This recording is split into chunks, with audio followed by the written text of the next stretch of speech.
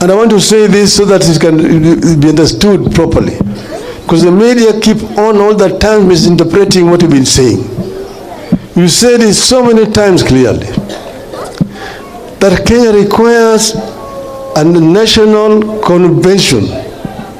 We want to have a national convention that people of Kenya or their representatives will come together to talk constructively about problems which are facing our country today. Kenya is at a critical juncture. We either move forward or we perish. Because we don't want to perish, we need that conversation. And that is what I had proposed, that we must have this conversation that take cognizance of the demographic profile of our nation, and that there are several issues that need to be discussed at that convention. But I've also said that there matters precedence, issues that must be dealt with first before that convention can be had. This includes, number one, compensation for the families of the victims of violence last year and this year. Two, paying of all the hospital medical bills of the victims of police violence last year. Number three is a release of all people who have been arrested and are in police custody. Number four is the dropping of all the pending charges which are pending in courts. Number five is the sacking and prosecution of all police officers who have been involved in criminal violence against innocent Kenyans who are actually exercising their rights as enshrined in the Constitution. And then we said that once that has been done, then people will sit down and dialogue. And we've also actually come up with what that dialogue should be about. The issues that have been raised by Gen Zs are not new issues. There are similar issues which we raised last time, even last year on the streets. We talked about unemployment in our country. We talked about high cost of living in our country.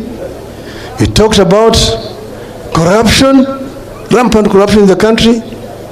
We talked about tribalism and ethnicity, discrimination in our country. And then we talked about management of debt in the country. These are critical issues that need to be discussed. But thirdly is the issue of governance.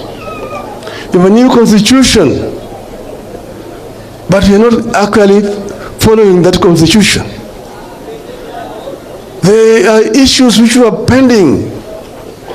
Kenyans met at Bomas of Kenya and deliberated for a very, very long time and came up with a very, very progressive constitution. That constitution was bastardized to a certain extent during the so-called Naivasha process. We must go back to the Bomas draft constitution, put it back on the table, and see what needs to be cleaned up so that we can have a progressive constitution. So you said, therefore, that it's on the basis of that kind of elaborate process that we can then talk about a government of national unity. But then you say that if you want to take some of our experts and get into your government, you release them to join your government and work in accordance with the ethics of our party, ODM and Azimio. That's what we said. We have not changed. The position has not changed. We said we want to see a new Kenya, and the people of Kenya are entitled to it. And that's why we said we agree with Gen Z in their demands. Gen Z demands are the demands of the people of Kenya. Irul Kamana. Hello, Baganya. Irul Kamana.